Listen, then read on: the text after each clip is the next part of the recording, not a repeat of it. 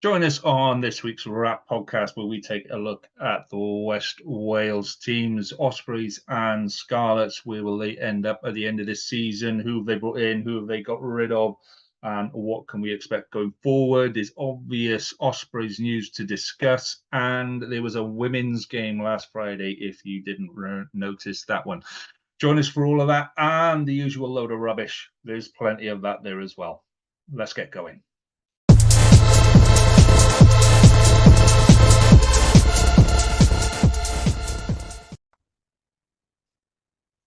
Hello and welcome to this week's edition of the WRRAP podcast with me, Lee G. Joining me, as always, full crew, James, Jamie and Harley. Good evening, gentlemen.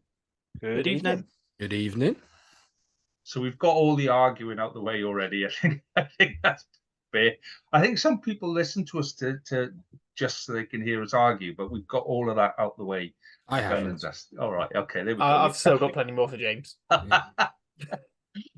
We've done all the arguing. No, we haven't. Yes, we haven't done the arguing. Right. Let's start with the normal then, gents. Let's start with drink of the week. I'm going to go first this week. Normally I go last, but I'm going to go first this week because I'm not drinking for the foreseeable future. So I'm going to spend the first half of the season looking at non-alcohol beer or low alcohol. And the first one I've come across, available in all good supermarkets, is this one called St. Peter's Without. And I shan't be drinking much of it, I can tell you that. It's a rich and malty taste bursting with lasting flavour. What that flavour is, but to me, it's not sitting very well. So it's there. I've done what I've done, said I was going to do. I'm on the no alcohol. It's not been a great start. Who wants to go next? Harley, you can go next, mate. Well, continuing the theme, I've gone for a slightly lower one. So this is the last of my Padstow stash. So this is the shallow end. Yeah, can go through. Lovely design can. As with all Padstow beers, no wanky bollocks. But this is only a 2.8, so it's sort of more of a, what bitters used to be. Nice easy drinks. No real strength to them. Just nice tasty things. Yeah, I just love it. It's just a nice little refreshing thing. I've got to have to start looking for beers again now. So. That's the end of my little cubby hole full. I remember when I was growing up and I used to go to my granddad's for Christmas and he used to have Courage Light in like little cans and it was like 2%. And when you're 14, back in those days, when you're 14 and you're drinking the 2% and like that was hardcore stuff then. So that's the sort of stuff you want, mate. Jamie, what go on. It just reminds me. So I don't know what it is. There was a session with the kayaking club, I think, of the sort of French little stubby bottles, and I don't think they were particularly strong either. But just everyone we just go through cases of them all the time. I remember them. JB, what have you got for us? Save us. I have got another beer from Bristol Brewery. This is a blueberry muffin sour, 6%. Let's have a look at the wanky bollocks. Lashings of blueberries, pastry and vanilla resting on just the right amount of tartness to tease your taste buds. It does what it says on the tin. It's a beer that tastes like blueberries, and as me and Gavin would say on the Dragon Slayer pod, it's perfectly fine. So that's that. Can you taste the pastry though, Jay? Just about, yeah. There's the colour of it for our YouTube watchers. Looks like Ribena a bit, but it is quite nice, actually. I will say, it is quite fruity. I like this one. Bristol Brewery. Okay. James, finish us off with an absolute classic. Have we got another classic again, mate? Yeah, I have finally got it. I've got the Tesco Lemon and Lime Zero. Yeah. Very refreshing. You joke, but I am genuinely obsessed with this stuff. Like, I love Sprite and I love lemonade as a thing entirely, but I had this, like, my in-laws bought it because it was always like cheap and on like club card deals, and I'm just obsessed with it. And they've now started doing it in bottles, so I can have it with a meal deal as well. So I look like a right weirdo because obviously with a meal deal you can get whatever you want. It's going to get reduced to £3.60 with a club card. But there's me getting the 80p bottle of lemon and lime zero, but it's genuinely lovely stuff. Okay, so the only one of us that's actually got a proper strength and taste in beer this week is Jamie. So you could say, Hang on, the taste is fantastic on wine. Thank you very much. yeah, but and this is my point. You see, you've got to balance the two things there, Harley, as you do in pre-season. See, bit of a link there. You know, pre-season, we're building up. So let's have a quick chat about first proper week of pre-season last week. So James, obviously a win. We lost Harley. We've won 4 games. Don't know what you're on about. Oh, right, we'll talk about that. Let's talk about pre-season, and is it just completely pointless? Are they better just holding them behind closed doors, or just trying to fill a stadium with 12-year-olds and all of that kind of stuff? Is there any point in doing pre-seasons the way we do it? Yeah, absolutely. Like, I don't think pre-season is, as Jamie pointed out last week, it's not an indicator about how your season is going to go.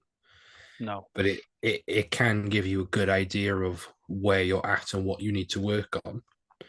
So, you know, we've got a shorter preseason than everyone else this year. We've only got 2, what you want to call it, match days, where we had the Origin series, which we incorporated, obviously 3 30-minute games against our SRC clubs, which was almost, you know, for professional, it was like a conditioned game, which was a really good success. Everyone loved it. The SRC clubs loved it. And then we went away to Exeter, you know, for a more traditional sort of Anglo-Welsh battle, where relatively full-strength sides went at it in a proper ding-dong, you know, and by all accounts, it was a ding-dong. What does that tell me about us going into the season is that who's on form, who's come back from injury. So Jack Morgan's first game back. It also tells me that Jack Morgan is captain. You know, I'll come on to these things later, but it gives me an indication of where were we at the end of the summer, right? We lost to Munster in a dogged effort. And reading the reports for Saturday was we're still dogged, we're still very forwards oriented, but now we're trying to incorporate more of an offload game. You know, we are trying to spread it out a bit. So, yeah, I think it is a good litmus test of where you are going into the first game of the season. Should it be taken as gospel? Obviously not, because pre-season is going to try new combinations, new patterns. You know, you are going to try things, and you're probably not going to play with the same freedom in a regular season game because there's jeopardy. You lose a preseason game, you're not going to get relegated. You'll just get slated in the press. Which kind of brings us on to myself and Jamie. Jamie, was there any point in the Dragons kind of preseason so far? Are you finding anything there? So the Dragons have made a conscious decision to play a lot of youth in pre-season, and you know, we've had the likes of Owen Conker really stepping up. So we scored again last week against a fully loaded Bristol. So a young Dragons team lost 40 points to 19 to a fully loaded Bristol team at Clifton RFC. And Bristol, they were fully loaded in mind. They had Max Malins, AJ McGinty, Harry Randall, Ellis Genge, Harry Fack, all the rest of it. The last 10 minutes of the game, our pack apparently had an average age of under 21. There was a lot of kids out there. So I believe the approach is for the next game, which is against Bath on Friday, they're going to go more fully loaded. And Bath certainly will as well, because they played 2 games on the weekend, one to Cardiff. They sent a weak squad down there and lost. They played a stronger squad at the Reg against Ealing, and they lost that as well. So I'm hoping that we see 2 strong teams, because I do think the Dragons now need to start building a bit of continuity and playing some of the more senior players, because they don't want to be going into this first block of URC undercooked. And we have played a lot of academy boys in these first 2 games. But, you know, it's like James said, they have their uses. You get to find out who's stepping up, the youngsters, the combinations. But I had my rant about this on the pod last week, didn't I? Nobody should be taking pre-season results seriously. And unfortunately, I've seen a lot of comments on social media on the weekend of people who are taking these results far too seriously. They mean nothing. As I said, I got a perfect example. Dragons went unbeaten last pre-season, the only region to go unbeaten. And what happened? They had a terrible season. So it just goes to show pre-season results don't mean anything. It's nice to win, but on the grand scheme of things, they're not relevant. But they are a useful run out, aren't they? You know, they do have their uses, but please don't take these results seriously because they don't mean anything. For God's sake, Glasgow lost 33-0 to Zebra. That would never, ever happen in the URC, would it? And I doubt Glasgow fans are really upset about that result. So let's be sensible and let's see what the season brings. Don't read too much into pre-season. It's just not a good idea. I think the issue there, Jamie, is you called for people to be sensible, and this is rugby. So Well, exactly, yeah. Especially the Facebook lot. Don't get me started on Facebook, Welsh Rugby Facebook, especially Dragons Facebook this week. Honest to God, I could bang my head against the wall with some of the shit that's been written on those forums. Harley, Anyway. Harley. So let's flip this back round. So your guys won. Did you? I mean, looking at those two sides going into that game, would you have taken a win as any indication of the season? I mean, maybe not as an indication of the season. I think it was definitely more about the game that I watched, and there's some things I quite liked. Ewan Stevens' debut on the wing, he looks really quick. He looks really ready to set into the shoes. I thought when he came on, as we expected, Ed Byrne showed a lot of leadership. Ed McNally was everywhere. That was good to see. Mason Grady at 12 is something we can use in a stopgap. You can see just how less effective he is in that channel than he is when he's at 13. He's able to sort of come in and he's using more of his pace and his size. But I mean, other than that, it was a really fucking horrid night. Like absolutely pissing down with rain. I know my car nearly went off the road about 4 times on my drive back. This is the level of water on the roads, and it's not really seen. I mean, people like James will have mocked saying, "Oh, well, you should have beaten them by about at least 73 million points and stuff." But that's just the ribbon we're going to use for each other. Like That's what I'm about to say in a minute as well. Like I bet there are Edinburgh fans who are taking the piss out of the Glasgow supporting mates for that Zebra score. That's more. It's quite nice when you see new combinations. So obviously the first clue we had to Jacob Beetham being used as a 12 last season was in one of the pre-season games, when everyone thought he was coming on for Win It, and he came on for Ben Thomas, slotted in at 12, and okay. So that's and it gives you an idea of how the coach wants to play. The downside of this, I suppose, anything is like with the game against Ealing, Rory Jennings looks like he might be out for quite a while, which is leaving our 12 berth. The whole point of us signing Rory Jennings was so we had a backup for Ben Thomas, who's got a niggle, and then we end up having to throw we had to throw Mason Grady in there. Because Stefan Emmanuel is still quite young. He has literally only just started playing for the under-20s. So there is always that. But it's the same like the 4th Ultimate International when the player gets crocked, and you're like, well, what's the fucking point in that? You just killed a region. You just killed one of the clubs now. Yeah, it's a difficult balance. It really is. I'll be honest. I quite like the idea of what the Ospreys did with playing their feeder clubs. I thought that was a nice kind of gesture to the clubs, and they do get to see different things, and it is, like you say, more a condition game, so you're a bit more in control of it. But yeah, it would be better if they actually streamed them. No, not broadcast. You're not expecting broadcast, but if it was like just a stream, so you could see something as a fan. I think that some of them have though, haven't they? I know Osprey streamed the Origin series. Yeah. It wasn't our decision, the Exeter, because Exeter didn't broadcast it. BBC Radio Devon said they would, and then just talked about Torquay versus fucking Aldershot or whatever it was for the whole time. So you couldn't even listen into what was happening. They weren't even jumping back and forth. So there is something to be said that you should stream them. And historically, at home, Ospreys have been very good at streaming them. They've always at least gone to their Facebook live, almost like S4C Click, really. Yeah, I think that's more of what they need to do. All of them need to be doing that sort of thing, just to, if nothing else, it improves your YouTube figures. Or Facebook. Facebook is a great way to stream the games. By the way, I got a point of correction. It was 31-0, not 33-0. Zebra Glasgow. I've double checked just in case someone gets in touch. So it was actually 31-0. They missed that conversion, Jamie. Don't you forget? Point still stands though. Can I say something? 31-0. It's not in a way slagging off Cardiff. It's more making a point about what pre-season can reveal.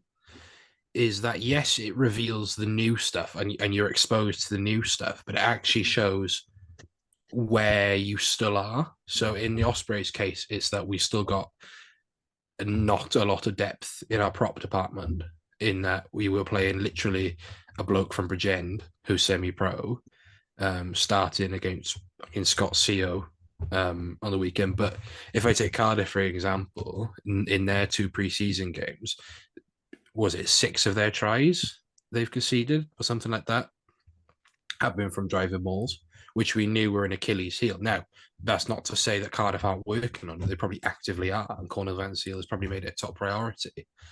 But it's still, and I hate to agree with him because there's a prominent Twitter figure who's a Cardiff fan who's pointed this out on the forums and on X as well. But it's right. It's still exposing a glaring weakness. And the same with Scarletsley. Sort of reading around the forums of people who were there and comments is that Scardiff. That's Cardiff. the Scardiff. New merger, it's The standalones. No mergers on this Sorry, pod now. the We've had enough merger standalones. talk. No, is that the defense was still too passive and still in for the majority of the game. You know, I can't comment for Jack, but what it, as much as it reveals new things to us because we're looking at new signings, new combinations, it can also give us a stark reminder of where a team was at the tail end of last year. What I've seen from the Scarlet, again, I didn't see it. So what I've seen from the Scarlets game is that the first half was very good in terms of defence, because there was a pretty strong front row out there. And then second half, we basically played in Academy 15, give or take, with a couple of players on here and there. And what happened. So, yeah, swings and roundabouts. There are pros, there are cons. It's a But there's fact. context as well, isn't it? Because I'll just add, the Dragons has not played anywhere near their first 15 yet. They've played a lot of kids, and there's people on Dragons forums kicking off. I'm like, they haven't played anywhere near what they would play in the URC. Now, that will change this weekend, so I'm not overly concerned. So just have a bit of context about the kids that the Regis are playing. We're not playing our full strength teams either, so that does have to be taken into account. I mean, admittedly, there's only 2 of them or 3 of them, but we haven't played any of our Wales internationals yet either. Well, yeah, The we ones go. that were on tour. So, you know, no, similar. Nobody's allowed to put any crazy shit on Facebook because Jamie's blood pressure won't cope with it for another week. Is that about it, Jamie? Is that where we are? Pretty much, I've got some takes. Oh, in conquer for Wales. Maybe one day. Wasn't that Stephen Thomas list? Probably. Right, let's move on to the Ospreys. So normally we start the show with a bit of a news desk and some big announcements from the week, come-ins, go-ins, leavings, all of this kind of stuff. So we knew we got the Ospreys section coming up, so we're going to slot it in there. So talk us through your take on the news to start with, James, and then we'll go into pre-season, mate. Yeah, you know, Jack Morgan as captain, really like that decision. He's a Swansea boy. Now, so obviously the news came out on Friday that Toby Booth will be leaving the region at the end of the 24-25 season. So the expiry of his current contract, and that Mark Jones, current defence coach, and Justin Tibrick, current player, will be retiring and taking over as defence coach. A move that was met with a lot of shock and anger and denial and people weeping and all these things. But would you crying, James? That's the question. Because I've seen a lot of Ospreys I mean, on social media I had a screaming 4-month-old in my arms while I was trying to watch the video. So yes, I was crying, but for a different reason. But no, so it's come out that essentially it's a mutual decision,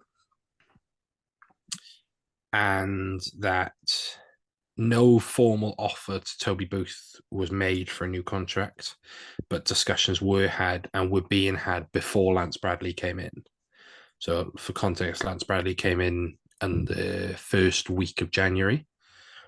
So discussions have been ongoing essentially 2023 end of.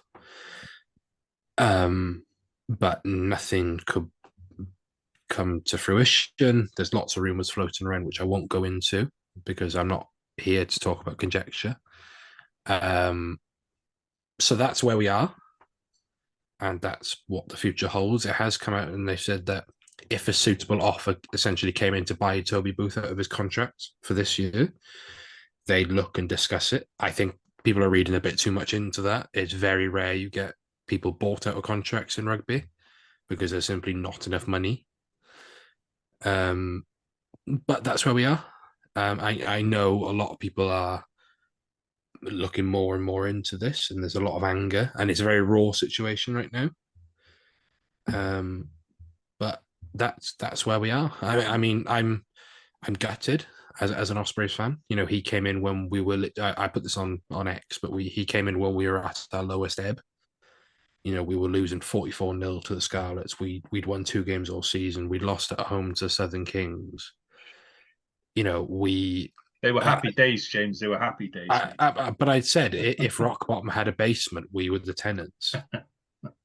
Because we'd gone from, you know, not 3 years before Booth took over, we were the highest point scorers in Pro 14 history, you know, scoring on average the most points in the league under Tandy. We still have the record for a perfect group stage in the Old Challenge Cup, you know, perfect 30 or whatever it was. You know, we were, and then we just hit rock bottom. You know, I look at some of the squads when Booth came in. It was a bit like, you can argue, it's a bit like when Klopp came into Liverpool, right? And the squad that Klopp was working with, and it was a slow, gradual build up to, you know, he didn't come in and promise trophies. He didn't come in and promise that we were going to win the Challenge Cup or the Pro 14 or the ERC. He said we're going to create a program that works, and he has. And he's created systems and pathways for both players and coaches to thrive.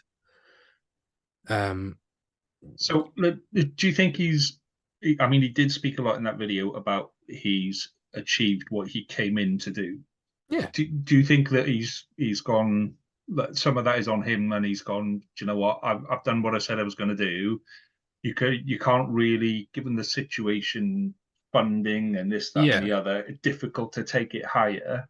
So quit while you're ahead, sort of a thing. Yeah, I think from a logical point of view, you can only take something so far. You can only take a project, and actually, we all know, being in Welsh rugby, that sticking around too long can tarnish your reputation and your legacy. You know, when you might feel that you can take a squad so far, and I don't necessarily believe that about Booth, but I do believe that I haven't seen maybe enough evolution in backs play that I'd like to, even though the stats say otherwise. We're scoring more tries on average, backs are scoring more tries, blah, blah, blah. Is, you know, was Mark Jones always the natural successor?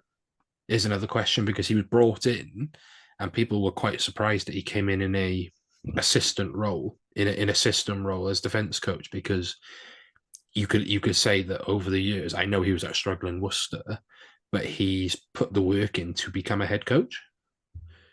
But he did well at RGC. You know, his first appointment at RGC. Crusaders. He was at Crusaders in well. Canterbury with Scott Robertson and Rog, you know, so it's not like people are acting as if Mark Jones has never coached before. Yeah. And with the Tipperick thing, it says a lot about the magnitude of this announcement that Tipperick has not been spoken about at all, which is what he wants, probably. You know, the announcement of one of Wales's greatest open sides, one of the most naturally talented players that we've produced since the golden era in terms of raw skill. If you want to talk about the Welsh way, no one personifies that more than Justin Tipperick because of what he could do. Was he as good at the breakdown as Sam Warburton? No. Was he? You know, all these different things. So, but he's also cut his teeth as a coach as well, albeit not. He's been coaching for years. You know, he coached me back in 2016 or whatever it was. And so he's still recovering from it, mate. He still has flashbacks. Look, yeah. But what I'm saying is he's not immune to it. When he's been injured, and he's had a couple of injuries the last few years, he doesn't sit in the stands, in the West Stand with a beer in his hand. He sits in the coaching box. he sits there with a headset on, doing this because he wants to be a coach. So look, am I gutted? Of course I am. It's the man who took us, to where we are now, to URC playoffs, to Challenge Cup knockouts. Of course I am. Am I optimistic about the future? Yes, I am. Do I like that we have contingency and transparency? Absolutely. And that's all there is to say about it. There's no point sitting here speculating over what could be, what might have happened, because that's what social media is for. That's what social media is a trial. Everything will be looked at with a fine tooth comb. No, that's fair enough, but there is a lot of speculation. And to me, I think there's more to this than meets the eye. And I'll just say this. So back in February, when Lance Bradley was asked about a new deal for Toby Booth, he said, and I quote from the BBC, "I am working well with Toby and I hope he stays here for a long time." 7 months later, he's announced he's leaving. That just don't sound right to me. I'm not going to speculate on why, because I know a lot of people are doing that. What I am saying is I think there's just more to this than meets the eye. There is that. We asked Lance Bradley on the Irie in January about it. Mm. These are questions that have been floated around for ages. And one thing Toby Booth says very well is a poker face, right? Because he said at the supporters Q&A that he'd love to stay, probably noting that he was going. Yeah, right. He knew by then that he was going. Yeah, and stuff can change in 7 months, because he could over the summer have said, actually, I might have taken this group as far as I can go. I've embedded a culture. I've created, what I need to do, or what I set out to do, like Lee said. And he feels that now maybe the right time is to go. The offer wasn't right on the table. He really likes the high performance side of sport. He's a very analytical guy. He likes the speaking circuit. So look, whoever winds up having Toby Booth, and I do think he might end up in international management, because I think he's ready. Will get a very good coach. It'd be interesting where he ends up, isn't it? Will he go back to England, maybe work for the RFU or an English Premiership? Canada desperately needs someone. Yeah, Canada. I was thinking USA. Russia are always in line for a decent coach. Harley, what do you make of the timing of it? Let me just ask you that quickly. What do you make of the timing of it, mate? I think it's going to be one of those damned if you do, damned if you don't. Like, if it's suddenly announced, say, end of the season, oh, by the way, I'm off, everyone will be like, oh, well, you haven't given time for everyone to get used to it and get to prepare. Now everyone's going off, oh, it's right at the start of the season, and you might leave part way, blah, blah, blah, blah, blah. It doesn't matter. I think it must be nice that you've got clarity. That was one of the big things we were saying. The whole Die Young thing was we didn't know what was going on. We didn't know if he was going to come back, if he was going to go. We all suspected he'd go after all the allegations, but at least with this, we know he's gone. But what I was interested in is when one of the things that Boothie did was bring Duncan Jones up to, and he was like, oh, he was fucking good. I love Duncan Jones. I want justice for Duncan Jones. I think he should throw his toys out the pram and immediately come over to Cardiff and give us a good scrum. No, what else is this? I mean, Beast done wonders for the Ospreys. I mean, I may have, me and Hugh may take the piss out of him saying, "Oh, our hard local developed talent." Is like, what you mean that guy you brought in from the Crusaders and all the Scarlets you pinched? Yeah. You got Ratty back after we made him decent. He's a great coach, and I think he will be missed by the Ospreys. But for me, this will go one or two ways, though, right? Because you'll know this, Harley. This is a similar situation to Cardiff. Danny Wilson announced early that he was leaving in that one season. That galvanised Cardiff. They went on to win the Challenge Cup, and the players said after they wanted to do it for Danny Wilson. So this could be a situation for the Ospreys now, where obviously he is adored there. The players love him. This is one final push, one final hurrah for Toby Booth. Let's actually go out now and win a trophy or get to the European final. Or it could go the other way, man. This could be distraction, because the Ospreys can't ignore, they can ignore the speculation to a degree, but they can't stop it. There's always going to be supporters questioning why it's happened and, and all the stuff around it. So it can go two ways. It'll be a distraction or they'll use it to their motivation, but he deserves a good send-off. What is from an Osprey point of view, which is really good, is that it's not like the replacement is going to be coming into a new environment. Yeah, there's The continuity. Isn't successor is in the office next door or on the desk next to it. there? But then And again, sometimes that works. That can work both Yeah, ways as well. They start but, playing. but it's the closest Ospreys have to that is the Alan Clark situation. So Steve Tandy went, after fighting all his players, and then we said, oh, we're going to go on a worldwide search for a world-class coach. We ended up with a Northern Irish forwards coach, who's already at the club. Whereas this time they've said, right, we're not, maybe not going to go on a search, because actually we know that Mark Jones knows the system, knows how he wants to develop that system, because those who remember RGC obviously enjoyed their best period under Mark Jones, who played some bloody good rugby. They won the Welsh Cup in style that year, along with a young, ambitious Welsh coach. That will be a full Welsh coaching setup at the Ospreys then.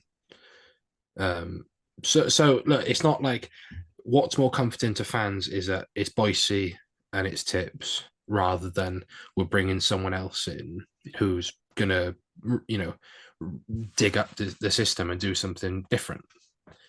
So we could sit here and discuss semantics all night, but the fact of the matter is he's leaving.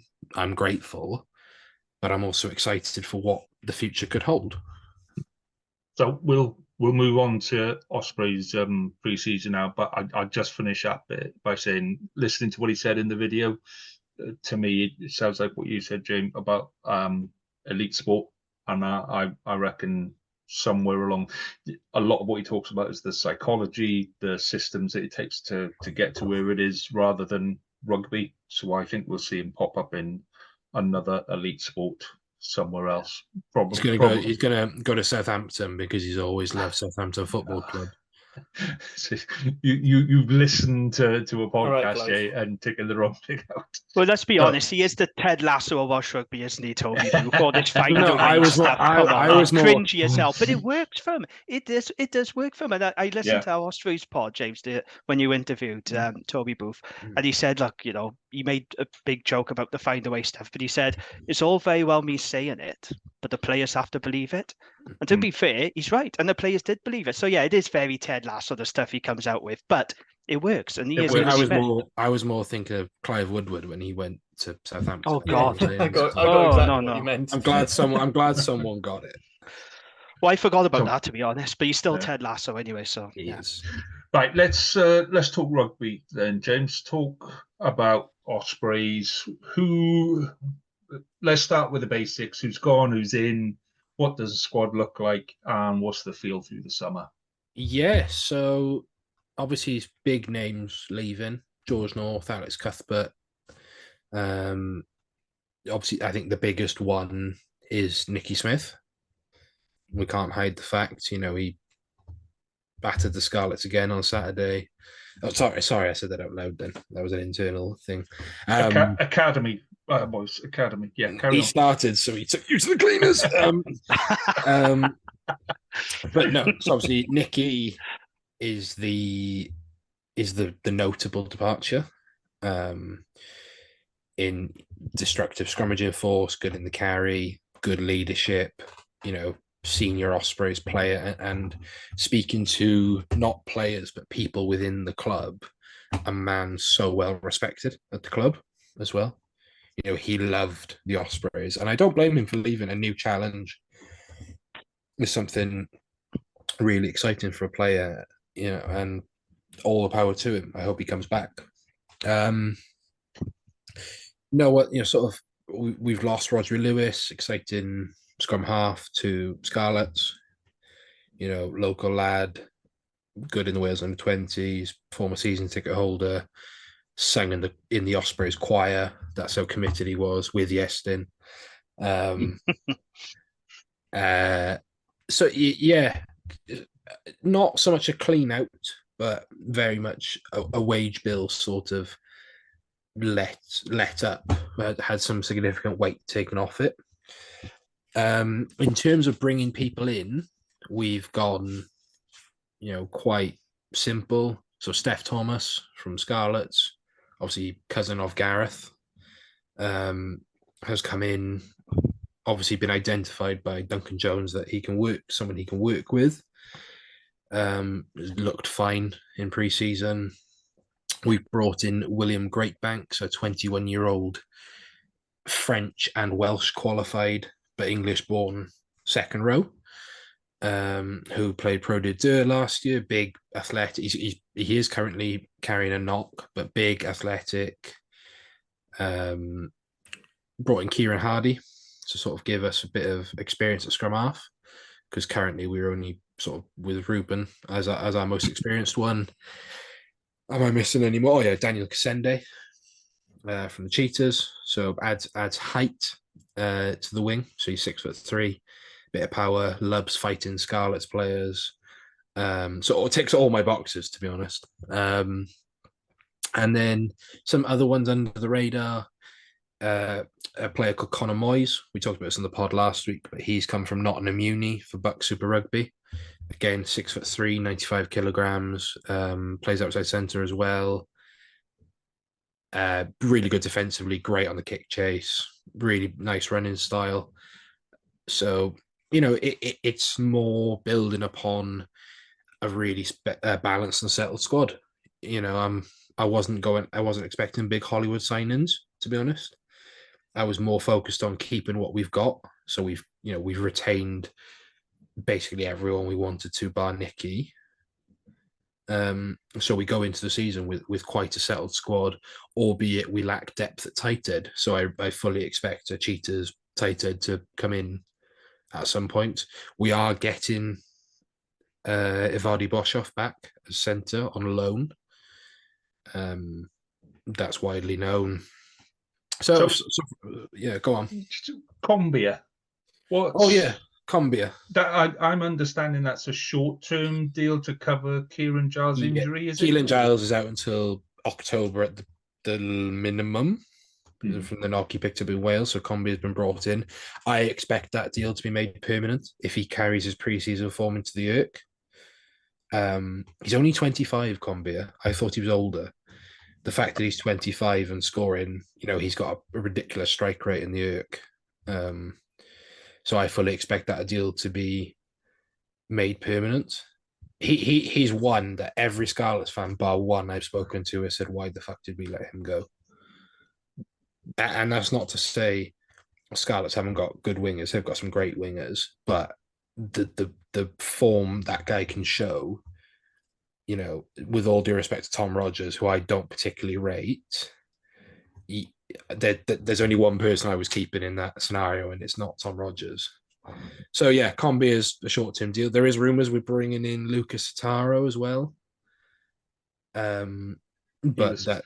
He was played for Carmarthen Quins on Saturday. So. I don't think that's found. What is more promising is the players we brought into the SRC fold. So the likes of Ben Burnell is with Bridgend now. We brought Harvey Nash back over.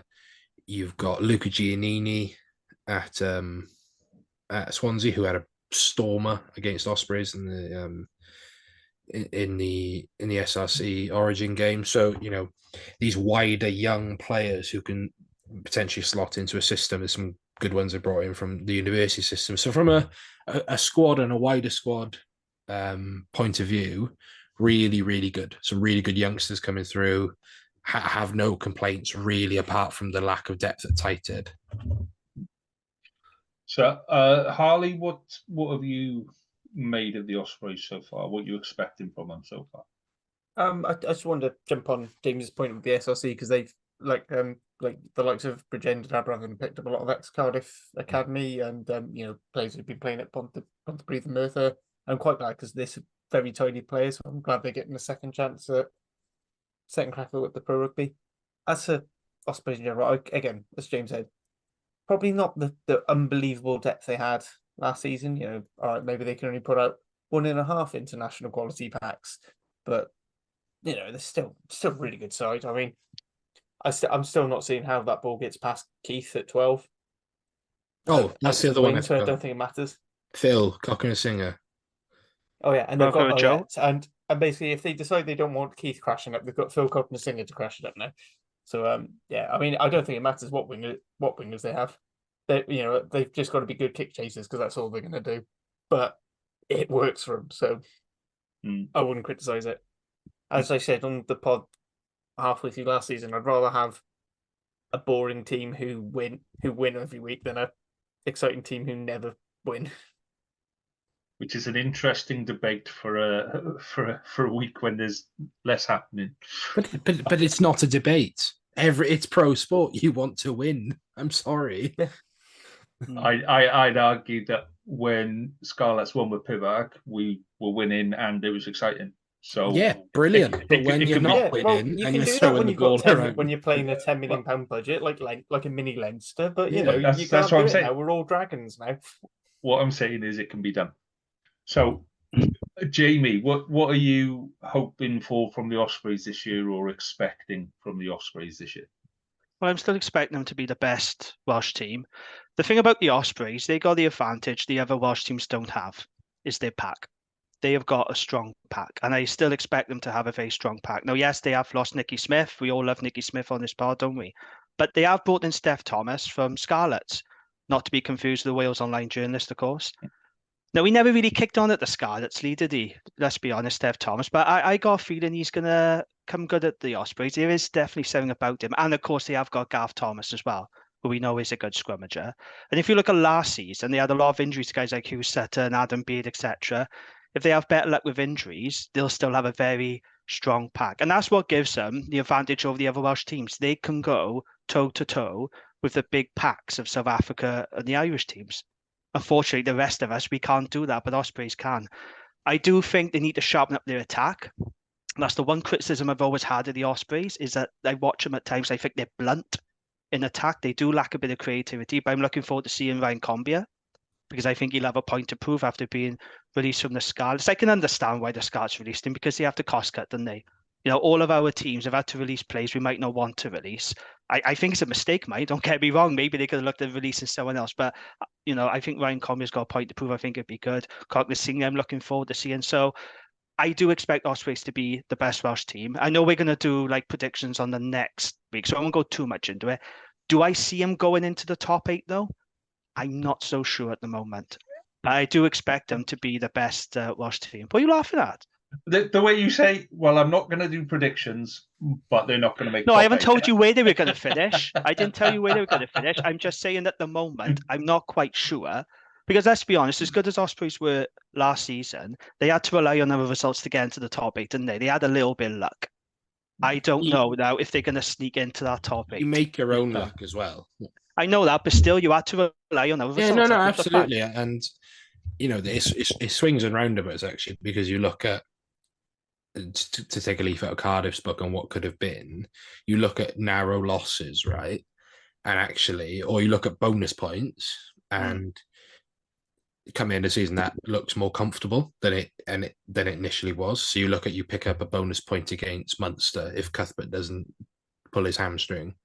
So there's 2 points there. So that's an extra point. You look at if we'd have won out in Benetton when we lost 18-13, that 4 points there. It puts it, the small losses that we occurred or that we had, and even actually if our points difference was better because we took them 2 60-point losses, that looks a lot more comfortable. And it is a lot more comfortable because Benetton and Edinburgh, whoever it was, would be out of the question because they wouldn't have the means to get to us.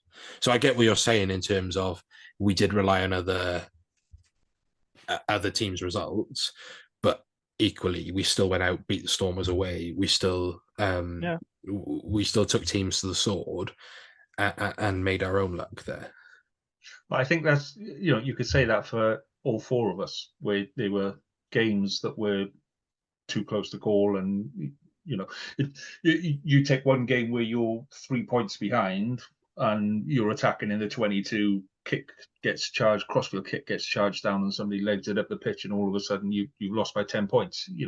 So there were loads of games like that, and I think that's what makes the URC a really good league to be in, is that there are so many of those moments where we could all sit there and go, yeah, but in this game this happened, and in this game this. Even you, Jamie, Dragons came second from bottom, but there were still games there that you came There were away 4 and felt, games.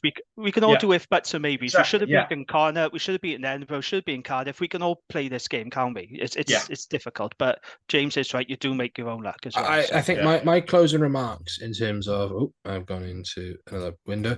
My closing remarks about this team, right? This team we've got right now is exceptional at nothing, right? I don't know what's happening with my thing. This team that we've got is exceptional at nothing, right? They don't excel in one stat, right? Don't say scrum, right? Because it's not. The stats say different. Cardiff score a better scrum, apparently, Yeah. haven't they, according to the stats? Yeah, but they have more scrum penalties won, which is a stat that they do dominate. But our forwards pass the most, right? Okay, cool. Or our pack has the best tackle success rate. The stats ultimately mean nothing. If you look at the general stats on the URC website, the highest we place is 7th, right? But what we're good at is we're good at everything. We're not exceptional at one thing. We are good at everything. So like Jamie said, we can go toe to toe. We can grind out dog victory. But if we do need to, and we do put it out wide, we have pace. We have centres who can bust a gut, but can also create. We have kickers who are good. They're not exceptional kickers. So if you told me what to describe this team in one word, I'd say balanced, because that's what it is. Because we've not brought in a raft of new signings who are going to have to integrate into a culture. You guys have all made nearly 10 plus signings, right? In various different departments, some in more significant positions of authority, like 10 or like fullback. So what we are is balanced. So we go into this new season where there's probably a bit more expectation because we made the top 8 last year and we went far in Europe. But then also, I don't think there's as much expectation because we're not exceptional. We're not a showy offy team. I think that's my summary of this squad is that they are good at everything and they are a unit. And they find a way. And we've got Ted Lasso quote again, but they do. They find, no, but to be fair, the Ospreys are gritty and they find a way to win. Look at that game of South Africa against the Lions in Europe. They were down to the bare bones. They had kids out there. They still found a way to win. What was the comeback? They came back, didn't they? What was it, from 20 odd points? It was looking at we were with 7 minutes to go. It was 24-17. Exactly. That's what I like about the Ospreys. They will fight. They will never give up. And you've got to respect that about them. And also, if you've watched the documentary, the Behind the Mask thing, you see it, right? That these things can be quite, what's the way to it? Like basically ego boosting. But I don't think this one is. I think what it does is highlights the warts, but it also highlights what Jamie said, is that find a way culture is everything they talk about is we don't know when we're beaten.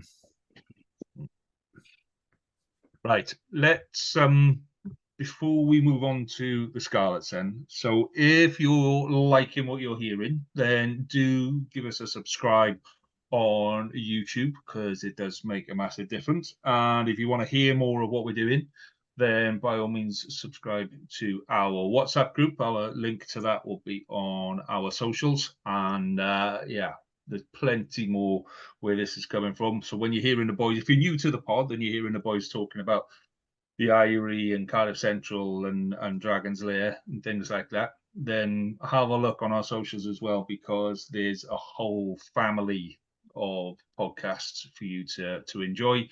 Welsh Rugby, Women's Rugby is coming. We've got an SRC podcast and we've got a URC podcast. So whatever level of rugby you're interested in, by all means, there's something there for you.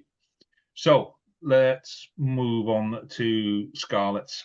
And so I'll kind of kick off Scarlets pre-season, if you like. So obviously the area that was of most concern last year was the pack, particularly when you look at some of the players that we lost last year, just through retirement, Sheriff and Samson Lee. And obviously we lost Steph Thomas to Ospreys as well. And there was another one as well who, Javon was the year before. But there's been this constant churn, this constant turnover in the front row that isn't really doing anyone any good. And our scrum coach is a second row, which traditionally your scrum coach is a prop. They're the ones that kind of deliver. And our previous scrum coach was a prop and a bloody good one. So I think there's a lot of emphasis being put on recruiting people like Henry Thomas and Alec Hepburn. Marcus van der Merwe coming in at hooker as well is kind of gives us a bit of bulk up front. None of those boys you would class as lightweight, really. Another one the Ospreys developed, typical. But there's some big hefty boys. There's a lot of expectation. There is still a core of decent players there. And if you're going to play in the Scarlets, then you need to be a ball handling front three. That's kind of the rule. I still like the fact that we've got open sides playing at 7. That for some games they just carve everything up, and it really is. It's a good game to watch. So there was criticism. There's action being taken. Stuff's happening. Have we learned anything from pre-season? No, because I haven't seen any of those players on the pitch yet. So we're working on videos of how did they play in other systems, how did they play in different teams against different, so we're not going to know until a couple of games into the season whether or not these players are delivering. We've kept key players. Our second row is now stacked with, we've got Fafita, Lousy, Alex Craig, brought Max Douglas in. So there can't be any excuses about that front five anymore. There's big, hefty, experienced, bulky players there that now have to deliver. And I think that's the bit that is key for Scarlets now, is you have to deliver, because there've just been too many times in the past where we assumed that the reputation was going to do something for us and it hasn't. So, back row still looks half decent. Whether or not McLeod actually makes it back from injury for any length, I still haven't heard the details of what his actual injury was, but by the sounds of it so far, it may well be a career ender, which Didn't he drop something on his foot last season? Is that what it was, wasn't it? It was a training field accident. Oh, was it? I'm Yes, thinking yes. someone else. But whatever it is, he is a fantastic player that just cannot avoid injuries. So, let's be honest, the Scarlets have lost a lot of very, very experienced players. Foxy, Sheriff, Samson Lee, Scott Williams, Johnny Mack, Kieran Hardy. Those are all players that have spent quite a bit of time injured as well as now gone. So I think that's the key bit for this coming season is developing leadership, and that's a bit where I'm not 100% certain, where we haven't got a player that's going to put themselves forward and go, right, okay, follow me. Alex Craig is the obvious one that stands out, but there's already Scottish sides kind of sniffing around him saying, if you want to play for Scotland, son, you've got to come home, in the same way they did with Tad Byrne. So it's one of those things that we're going to have to cope with. Maybe that's why Max Douglas has been brought in this year, because we kind of know Alex Craig is off next year. But he was outstanding for us last year. Go on, Harley, what were you going to say, mate? I was just wondering, do you think this is a wider problem because that you're having to bring in Alex Craig, who was brought in because you couldn't replace Ty Byrne? You're now bringing Max Douglas because you need to replace Alex Craig. I know you've stuck Fafita on for as long a contract as you physically could. Yeah. to try and compensate for the fact you can't give them the same money as France. Probably will have to do the same for Lausey. You can have a full match day set of forwards not developed by the Scarlets. And that surely has got to be a worry. I know you That do was- have some. You've got the likes of Kempty Mathias and Harry O'Connor coming through. Morgan Jones, I think, actually had a very good season. I think it's got to be an issue. Yeah, I think we've got enough people coming through. Well, no, I think we've got some people coming through, not enough, and I think that's always been the case. As soon as we find a big un, they hop over the bridge and put a black shirt on, and that's kind of killed us a couple of times where we just cannot develop our own front five essentially. This was my question for you actually, and and we joke about the non-Welsh qualified, the Scarlets, but seriously though, from the outside, it seems like an issue, but it clearly isn't because you have more forwards picked for Wales than any other fucking team. Which is why when those players are with Wales, we'll still have a full pack.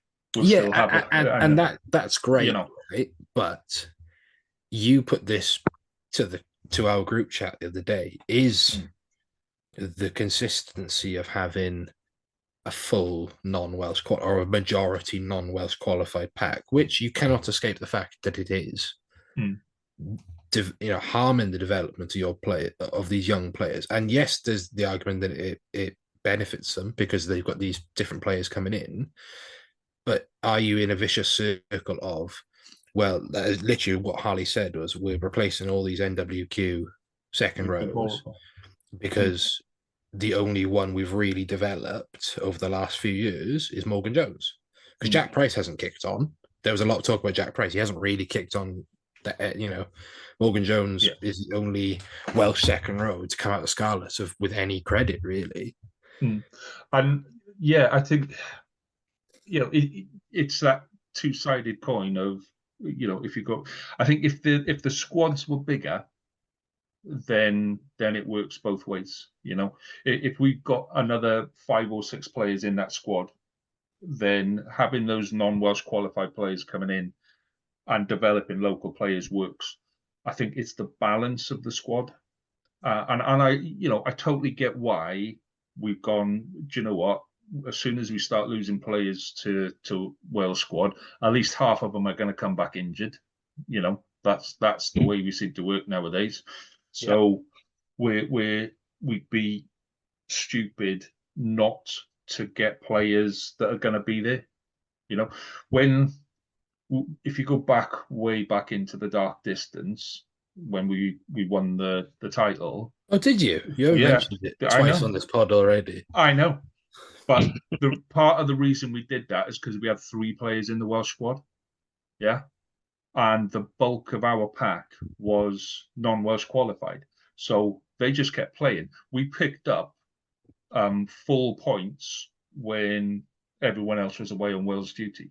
Bonus points. We were running in bonus points when everyone else was away on duty, and everyone else was moaning, well, why have the Scarlets got all a full strength side and we've got 4 players away with Wales, So you're not in 2017 anymore, and you're fielding these teams now, and you're getting, your pants pulled down. But that's what I would say. It's about the size of the squad, and the that balance in the squad. And we won't know whether that's right. If we get to the end of the season and we're top half of the table, then everyone turns around and goes, do you know what? Cracking. Having a non-Wales qualified pack has worked for you. If we're getting tanked at the start of the season, then it goes very much the other way. So that's why I say it's about this team now delivering. I think Jamie, because I put this question to Jamie, and I think Jamie's probably going to ask us as well, is what is a good season for the Scarlets now? No, seriously, because it couldn't have gone worse last year, right? It could. We were 3 off the bottom or 4 off the bottom. But for what Scarlets expect themselves to be, and this is me talking to, I talk to Hugh quite a lot, and he says the expectation from a Scarlet's point of view is we should always be a top half team.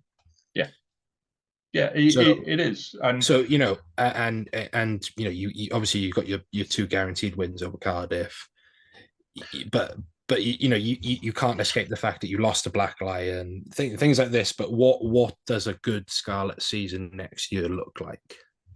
so to me, if you look back at when Easterby was in charge, we went up consistently for 4 years. Yeah, every year for 4 years, we went up at least one place in the league.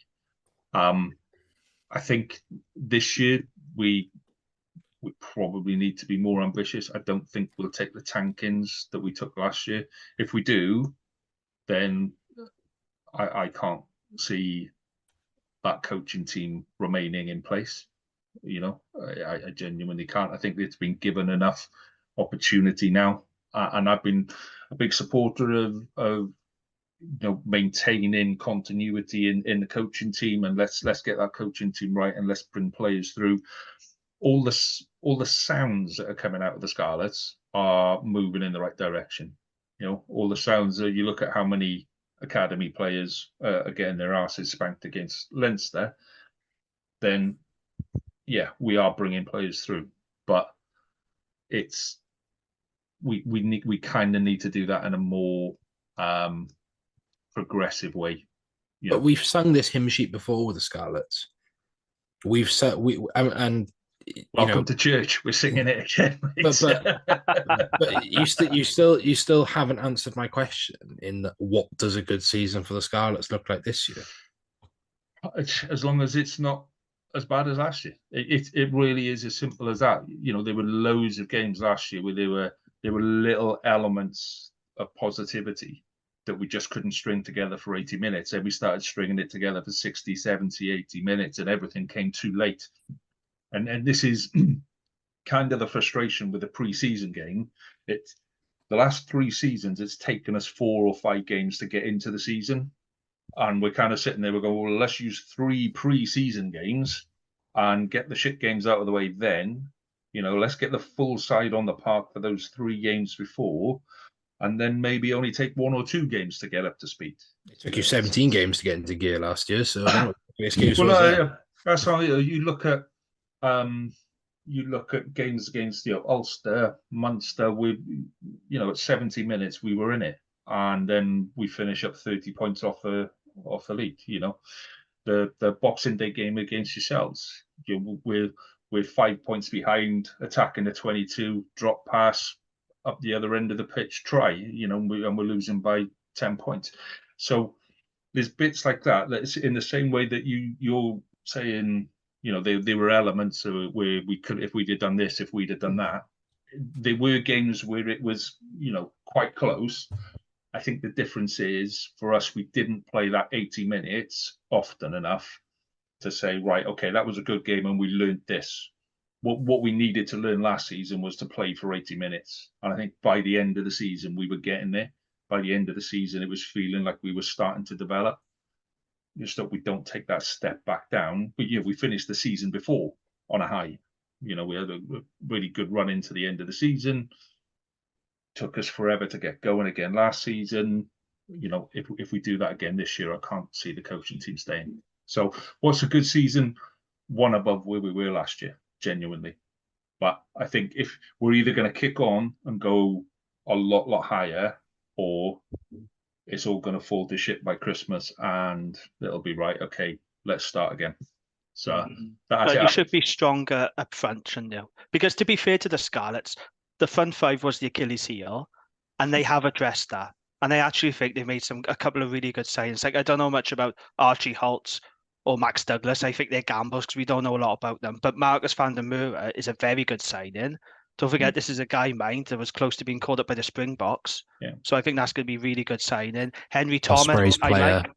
Yeah, you had to get out in. Henry Thomas is a good scrummager. So up front, you should be a lot stronger. You should have a much better pack. And you've somehow managed to keep hold of Sam Lousy, who was chased by a lot of clubs. They've kept hold of him. No doubt they would have thrown a lot of money at him to keep him, but they've got him. He's 33 now, but nonetheless they got him, and you've managed to get Vifta. But 4-year deal for a 32-year-old, it's a little bit desperate for me, I think. And I know he's a quality player, but you don't see clubs handing out 4-year deals to a 32-year-old. That's mad. It's a bit odd for me. I'm not going to lie. I think he's a fantastic player for the Scarlets, but a 4-year deal for a 32-year-old is a little bit odd. Having said that, though, you should, at the very least, Scarlets should be stronger up front, which will give him a fighting chance running against bigger and better packs, I think, you know. And it'll take the pressure off him. It'll take the pressure off that reliance on the back row to be everywhere and do everything. And Go on, Jamie. Sorry, no, I was just going to say one more player I'm really looking forward to seeing for the Scarlets is Max Page, because I think he's a really talented young centre, and I'm hoping that he'll get a bit of game time. A pack of Scarlets, that they do give him more opportunities, because I really, really like the look of this kid. I think he's a super talent. There's a few players I think, from a Scarlets point of view, need to basically show up now. How long does the Carwyn Tuipulotu experiment and go on for? He did statistically. I know he was raving about it. He had a good season at the end of the last year, but he's not been consistent. For me, not physical enough for what he is. I think Archie Hughes and Gareth Davis is obviously the big one. We don't know the extent of Archie Hughes' injury. Archie needs to take that jersey by the scruff of the neck. I do think, despite him being Wales' #1, Sam Costello needs to learn how to operate behind a pack that might not be going forward, and needs to start taking games by the scruff of the neck. And Johnny Williams is the other one. Johnny Williams needs to prove his worth. Just needs to stay fit. Fans. You got to stay fit. But even staying fit, like, it's being consistent. Like, what is Johnny Williams, right? Is he a big crash ball, I'm going to hurt you 12, or is he a distributor? What is he? That's what both. To understand. But that's the difference. Yeah, he needs to be effective. Yeah, but he's not at the minute. When he's firing, the whole point. There's no point having a crash ball unless the whole point of running a crash ball is to bring 3 defenders in.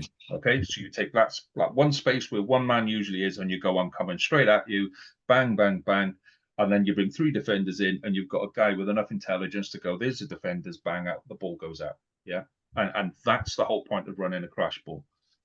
If you're doing it as a pack, and you're running crash ball after crash ball, then you're sucking in back row defenders so that they're not out in the backs, and then you can create damage. Yeah.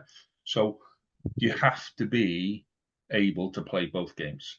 And Johnny does. Whether he does it consistently enough and whether he makes that decision consistently enough, I don't know. But then you've got Eddie James and Joe Roberts with the dream team centres, and that for me is probably the most exciting part of the Scarlets this year, is putting Eddie James and Joe. I watched Eddie James, Joe Roberts in academy, and you watch them in academy and you go, that's a future, centre partnership. And Eddie James had a good couple of decent games last season. Joe Roberts, again, if he can stay fit and not injured, that's an international pairing right there, that just in the making. And you can see it. You've got the creativity. You've got I think Eddie James is 6'4", so you've got a big, hefty guy who's quick with a set of hands and who can step, and then you've got a whip it outside him that just burns people. So, that's exciting. And then you've got, like I said, Johnny, you've got Costello. We played Yohan Lloyd at 10 on Saturday, and he worked out that he had a right foot that could kick. So, there's stuff that's improving, but it's about delivering. It really is about delivering. The one area of weakness that I think, and I agree with you on this, Jamie, is wings and fullback. I'm still not convinced by Joe Roberts. I thought we brought in 2 wings and fullbacks. Steph Evans still on the books, crocked.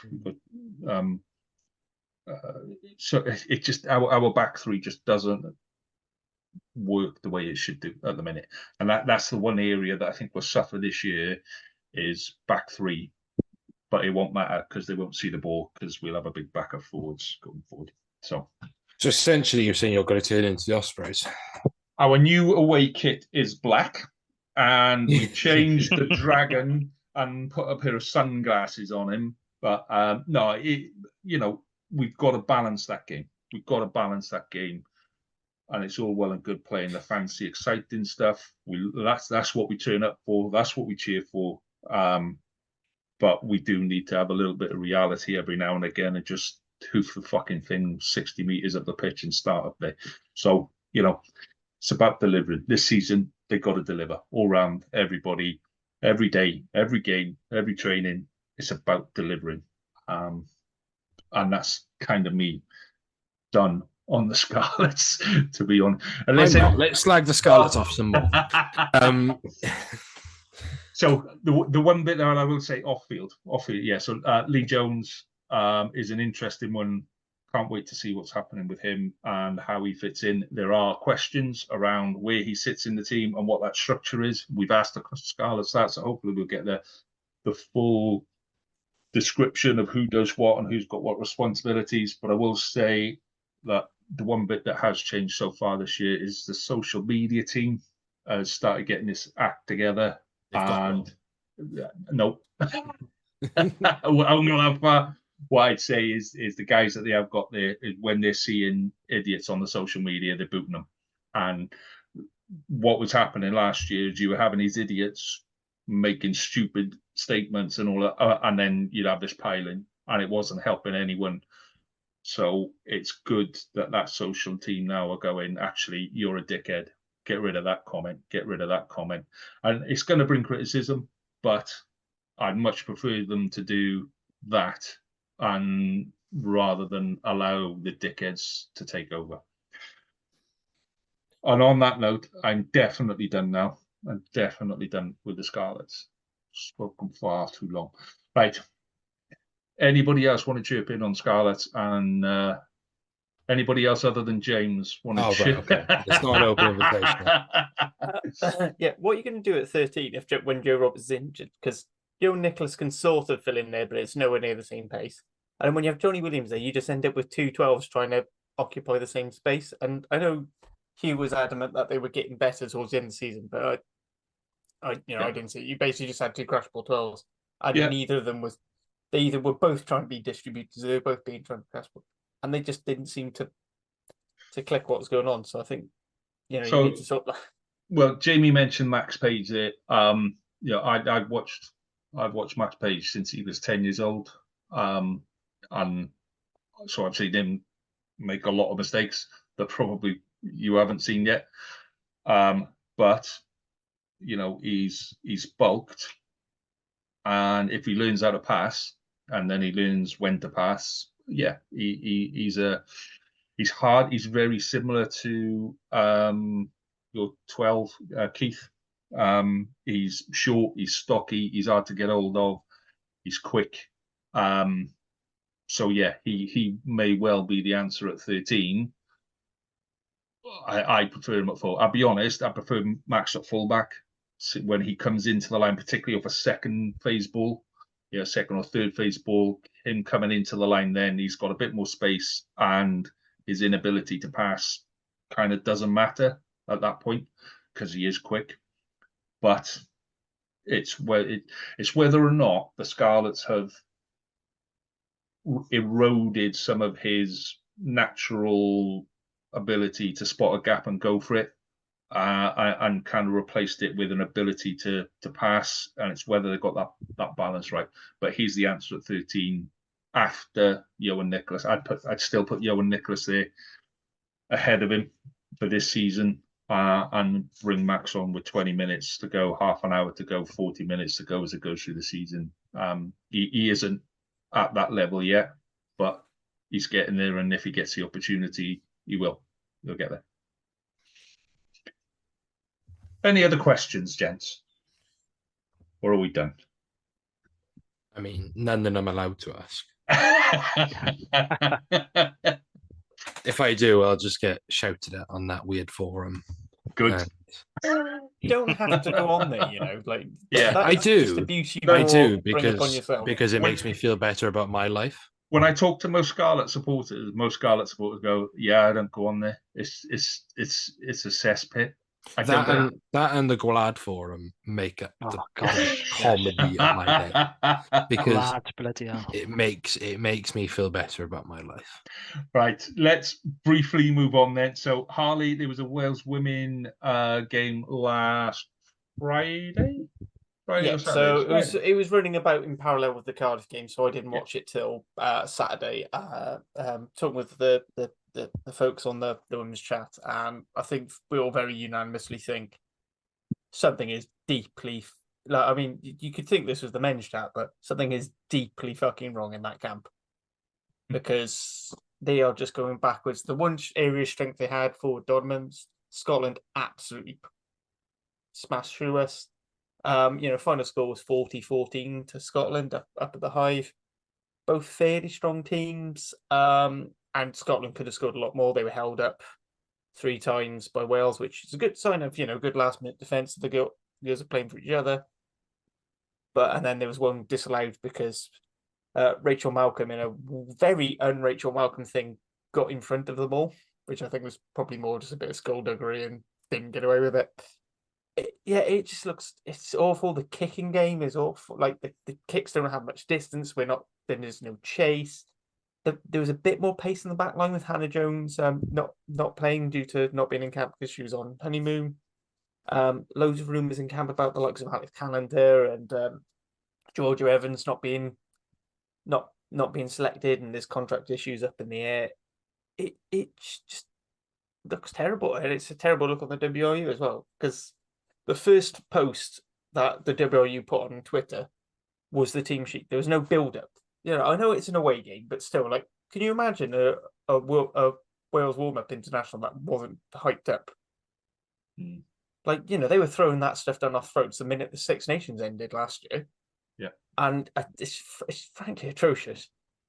As I said, the only thing worse than the WRU's attitude to promoting the women's game is their attitude to the coaching staff and just letting them sit around and frankly do nothing, as far as any of us could tell. Well, Can I ask a quick question then? Sorry, Lee. What's gone wrong then, Harley, with the Wales women? Because it wasn't that long ago.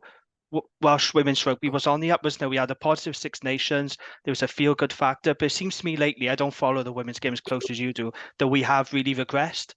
And there's a lot of criticism towards Johan Cunningham. And, he came out and said it was a slow process, and a lot of supporters didn't like what he said after the game. What's gone wrong in that short space of time? It's not necessarily like anything's gone wrong. It's just that they didn't do anything. They sort of went, "Oh, there you go. We've made third. We're third in the Six Nations. Great. Now we're going to go into WXC1. We got absolutely battered in WXC1, where we were cut up out wide too easily because anyone with a bit of pace could just run straight round us. Our set midfield was too slow. There's no real passing. Lakey George is playing a completely different game to what she's playing at Gloucester. I hinted that maybe that might be to do with the likes of not having like a Mo Hunt and an Emma Singh there to help with a lot of the game management decision makings. But there's just no change. You look at the patterns they're trying to run, which were getting outdone in WXC1. We ran the same things, and Ireland, Scotland, and Italy aren't stupid. They saw what we were doing, so they went back. Hang on, we're 5 meters out. So are we going to play a little fancy move? No, we're going to give it to Cecilia, to Blotto, and then it's probably going to go to Purse, and we're just going to rinse and repeat, and then they get wise to it and held us up.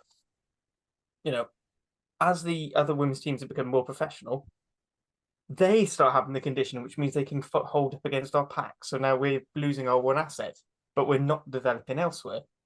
And it's just, nothing seems to have changed. It seems to be rumours that there's some contract issues as well about, some of the a lot of players have left Bristol and they've gone over to Harlequins.